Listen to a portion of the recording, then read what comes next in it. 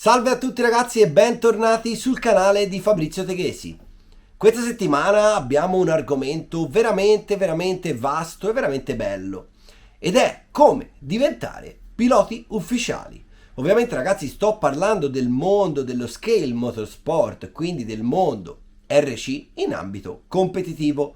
Credo e spero che questo video dia ispirazione a tanti giovani, soprattutto perché sono coloro che quando cominciano in questo mondo ambiscano un giorno a diventare piloti di qualche azienda, piloti factory di qualche team importante. Da dove mi è venuta l'idea di fare questo video? Ho preso ispirazione da un video recentissimo di Alberto Nasca, che se non l'avete visto ragazzi vi lascio chiaramente tutti i link in descrizione, perché io durante questo video ne riporterò soltanto alcuni piccoli spezzoni, mentre è veramente bello e interessante, dove in questo video Nasca fa il conteggio di quante sono state le sue spese nel corso dell'anno 2021 per poter partecipare ai campionati ai quali ha partecipato. Stiamo parlando, per chi ancora non lo conoscesse, di competizioni in scala 1 a 1, quindi motorsport scala 1 a 1, nelle categorie Legend Cars, Predator e Smart Cup. Durante questo video però affronta vari argomenti, soprattutto facendo un confronto fra il motorsport in scala 1 a 1 e gli altri sport. Lui prende ad esempio il calcio come riferimento, ma comunque lui si può assimilare a tantissimi altri sport fisici. Vi invito ragazzi a guardarlo. Adesso cominciamo noi, perché io ho riportato tutto quello che lui ha detto, l'ho riportato nel mondo RC. E ragazzi, se ci pensiamo veramente fino in fondo, probabilmente noi del mondo RC siamo ancora molto fortunati. Sigla!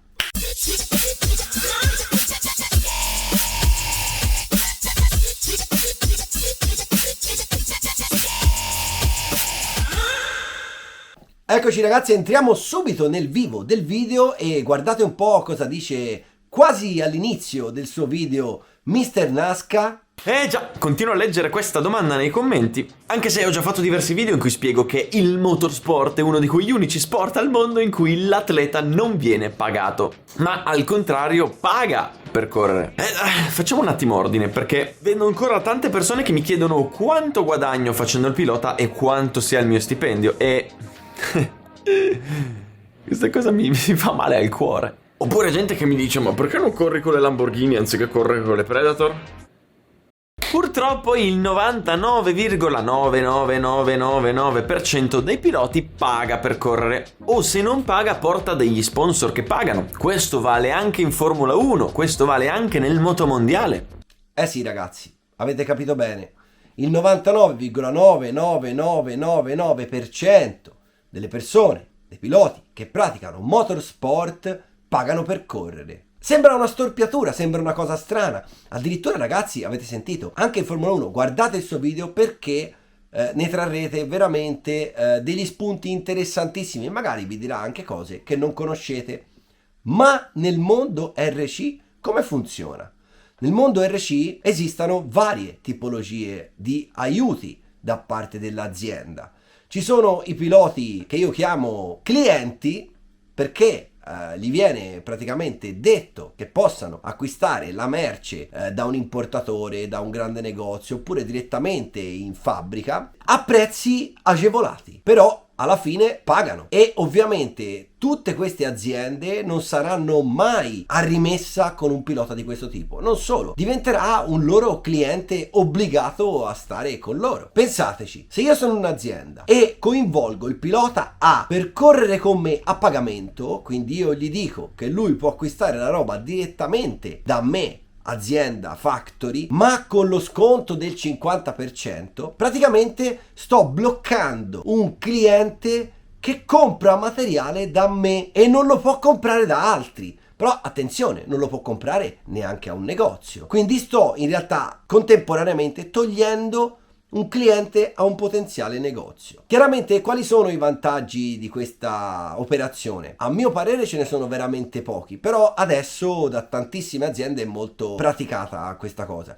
I vantaggi sono che il pilota è moralmente costretto, non penso abbiano contratti a quel livello là, però comunque è moralmente costretto a stare almeno 12 mesi cliente della marca in oggetto, e soprattutto che quel pilota si sentirà gratificato e cercherà di dare il meglio di sé per fare gli interessi di quell'azienda. Di contro però abbiamo uno spopolamento e una fuga dai negozi di modellismo che fanno promozione 365 giorni all'anno per tutti i marchi da loro trattati e hanno bisogno di quei clienti. Quindi diciamo che questo primo tipo di sponsorizzazioni, che io non le chiamo neanche sponsorizzazioni, sono in realtà a mio parere quasi totalmente deleterie. Vengono infatti nella stragrande maggioranza dei casi praticate da aziende che non hanno forte tasso di conversione, quindi tante vendite in un determinato paese, e magari optano per questa soluzione per non gravarsi di ulteriori costi fornendo magari del materiale. Una seconda tipologia di piloti aiutati, sponsorizzati, sono i cosiddetti semi-ufficiali. Quindi sono coloro che prendono una parte di materiale, quindi con un budget, e automaticamente sono costretti, chiaramente firmando un contratto, a rimanere piloti per quell'azienda per 12, 24, 36 mesi, in base a come sono gli accordi. Questi si chiamano piloti semi-ufficiali. Si dovrebbero distinguere dagli altri per avere appunto almeno un piccolo budget di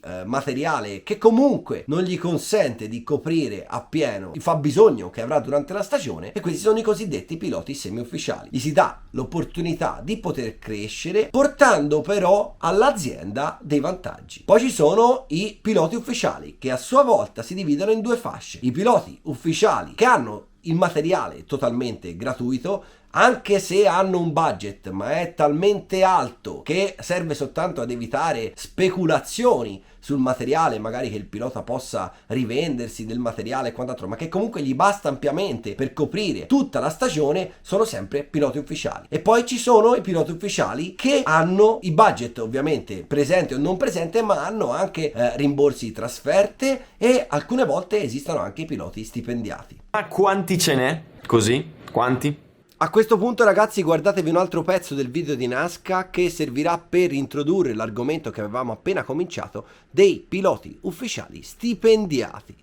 Questa è la triste realtà. Nel calcio, investendo pochi euro o anche rubando delle scarpe buttate in un bidone dell'immondizia, tu hai la possibilità di diventare un atleta da decine di milioni di euro. Nel motorsport invece, investendo tu milioni di euro, non hai nessuna certezza che un giorno, non dico che arriverai ad essere un pilota da milioni di euro come Hamilton, ma arriverai forse a guadagnare 1.000 euro al mese per correre, ma sto già esagerando. O meglio, in realtà, nelle auto le probabilità sono quasi zero. Cioè, io conosco dei piloti che o corrono gratis o addirittura sono pagati per correre, ma penso che io li possa contare sulle dita di una mano. E non solo, prendiamo la Formula 1, lì tanti piloti pagano per correre. Latifi porta 40 milioni di euro alla Williams, Stroll, vabbè, si è comprato tutto il team, quindi sti cazzi. Perez, quando era entrato in Formula 1, portava milioni di euro con i suoi sponsor. Ecco, nelle moto invece, per esperienza vi posso dire che ci sono più possibilità di arrivare a essere un professionista pagato. E qual è il motivo di questa cosa qua? Sono vari i motivi. Innanzitutto, le moto costano molto meno rispetto alle auto. Dipende dai livelli, chiaramente. Ma se ad esempio prendiamo la massima espressione, cioè Formula 1 e MotoGP, in MotoGP una stagione a un team costa, leggendo quello che vedo su questo sito, tra i 10 e i 15 milioni di euro. Nella Formula 1 una stagione a un team, prendiamo la Ferrari e prendiamo questa fonte qua, nel 2019 è costata 463 milioni di euro. Cioè, il budget di un anno della Ferrari è più del doppio di tutto il budget di tutti i team della MotoGP sommati tra loro.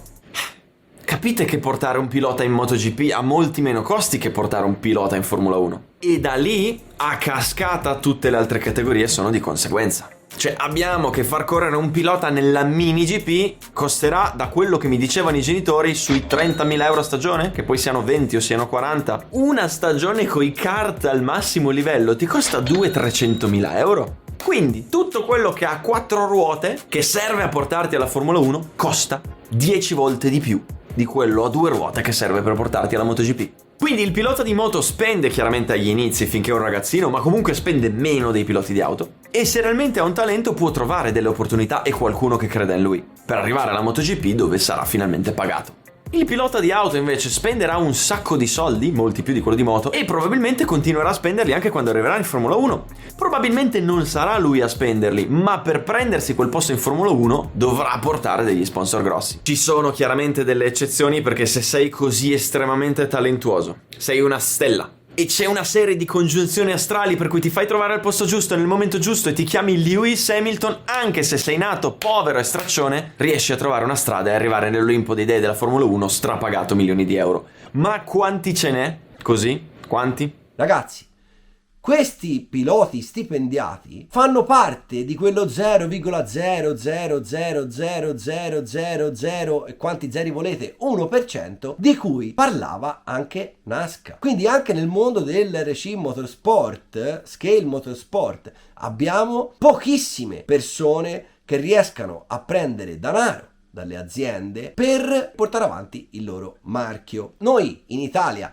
ne abbiamo tanti, ma mi faccio riflettere su una cosa. Non parlo del mondo on-road, però vale la stessa cosa perché tantissimi della top 30 del mondo sono italiani. Nel mondo del buggy, ragazzi, abbiamo la classifica veritiera, non veritiera, non lo so, non è questo la disquisizione che voglio fare, ma comunque c'è una ranking che anche le aziende vanno a guardare, che si chiama top25rc.com. È un sito internet che ha dei punteggi particolari per creare una classifica dei primi 25 piloti del mondo in categoria off-road nitro, e cliccando su un link si apre un PDF con gli altri 25, quindi della top 50 del mondo. Beh ragazzi, pensate che nella top 25 del mondo ci sono 7 italiani.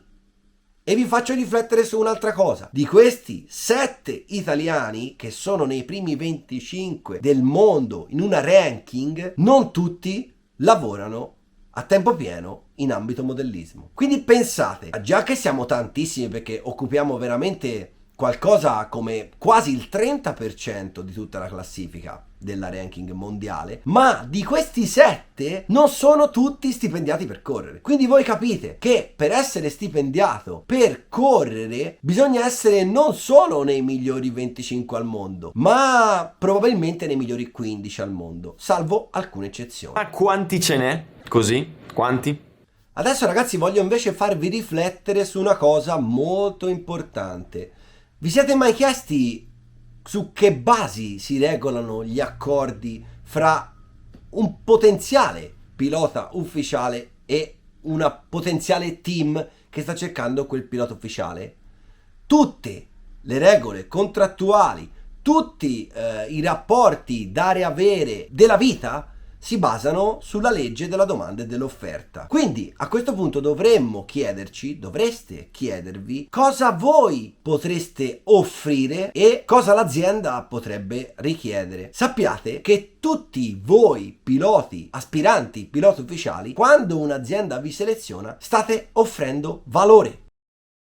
State offrendo valore a quell'azienda. E l'azienda che cosa chiede? Una cosa soltanto: la pubblicità. Lo so che scatenerò le ire di tantissime persone, di tantissimi di voi che state guardando questo video, però vi ci faccio arrivare. Noi piloti ufficiali siamo pubblicità per l'azienda. E ragazzi, a cosa serve la pubblicità? Per vendere. La pubblicità serve per vendere. Quindi le aziende vogliono vendere e voi siete un mezzo pubblicitario per arrivare alle vendite. E a questo punto qualcuno di voi dirà: no, papi, non è vero, le aziende vogliono vittorie, vogliono vincere. Sì, prendono i piloti per vincere, ma vincere equivale a maggiore pubblicità, vincere equivale ad essere menzionati su più piattaforme, vuoi i social, vuoi le riviste, vuoi le web TV. Vincere serve a dare pubblicità. E a cosa serve la pubblicità? A vendere. tutto è incentrato sulla vendita. So che è brutto, so che non sarebbe politically correct, so tutto quello che volete, ma la realtà dei fatti, per chi lo ammette e per chi non lo ammette, è questa. Quindi abbiamo chiarissimo che cosa vogliono le aziende. Adesso però dobbiamo capire cosa abbiamo noi per poter dare alle aziende. Qual è il valore che stiamo mettendo sul banco per essere acquistato dalle aziende? Cosa potreste fare? Potreste avere delle capacità, quindi vincere, quindi saper coinvolgere, quindi essere seguito, quindi creare immagine. Oppure potreste avere delle competenze, quindi essere un tecnico, essere uno sviluppatore, essere un tester, essere qualcuno che aiuti le aziende a mettere in commercio un prodotto migliore. Ecco l'unica alternativa al fattore pubblicitario, il fattore tecnico. Quindi se voi avete competenze da tecnico, potreste ambire a un posto di pilota ufficiale facendo qualcosa che non riguarda la pubblicità. Ma la riflessione che faccio è che la maggior parte delle persone che arriva ai vertici, quindi ad alto livello, con l'RCI, sono tutti bravi tecnici. O se non lo sono loro in prima persona, hanno qualcuno che a sua volta dietro le loro spalle è un bravo tecnico e che quindi una volta che si saranno accaparrati il pilota, anche il suo staff tecnico lo seguirà e fornirà supporto tecnico a quell'azienda. Quindi è molto difficile essere presi perché siamo ottimi tecnici, ottimi tester o ottimi sviluppatori, perché 90 su 100 le aziende lo hanno interno o comunque si servono del team che ha un entourage che gli permette di avere queste funzioni svolte. Quindi ragazzi, un altro appunto che vi faccio alla luce di tutto questo come riflessione finale, e io ragazzi occupo una posizione dove sento tantissime persone giornalmente e tra queste ce n'è una categoria, non vi offendete perché se vi offendete veramente guarda non vi parlo più.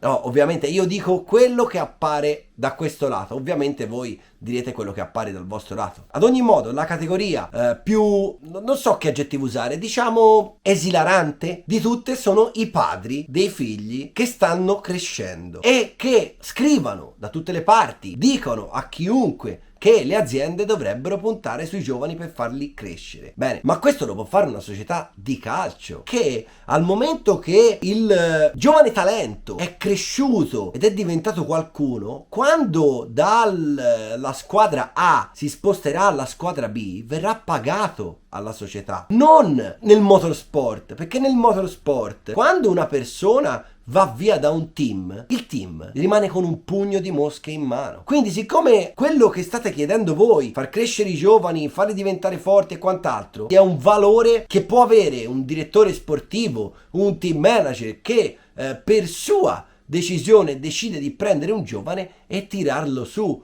ma non avrà un ritorno se non quando questa giovane comincerà a vincere, ad andare forte. Pensateci, chi è che deve investire su un giovane? Su un giovane ci deve investire chi crede in questo giovane, suo padre, la famiglia. Questi devono investire, come del resto, scusate, abbiamo fatto tutti. Nessuno è nato con le sponsorizzazioni in tasca, nessuno è nato con già l'idea che dopo 3-4 anni di gare sarebbe stato sponsorizzato. Non si hanno certezze. Nel motorsport invece, investendo tu milioni di euro, non hai nessuna certezza che un giorno arriverai forse a guadagnare 1.000 euro al mese per correre. Io credo di continuare in settimana nuova con questo video perché ci sono veramente troppe cose da dire, però sta diventando veramente troppo lungo e vorrei che in questa pausa fra la parte 1 e la parte 2 mi scriveste nei commenti tutti i vostri dubbi, tutte le vostre perplessità, quanto vi ho fatto arrabbiare da 1 a 10 dicendovi queste cose che vi ho appena detto e soprattutto ragazzi mettete mi piace e condividete il video. La prossima settimana risponderò ai commenti migliori, più sensati che verranno fatti sotto questo video. Ci vediamo la prossima settimana con la parte 2. Ciao!